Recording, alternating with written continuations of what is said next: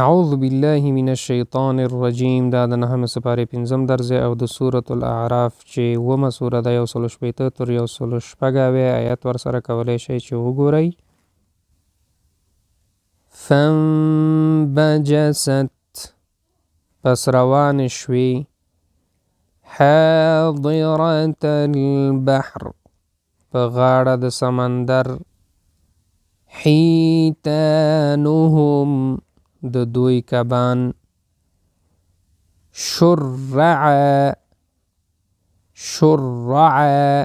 ښکارا وَإِذْ نَتَقْنَا الْجَبَلَ او هر کله چې موږ اوچت کړو غر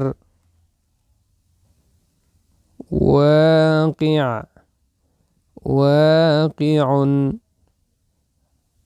را پریوتونکی دی فعل المبطلون چې کړي دي ګمراهانو فانسلخ بیا دی وتلو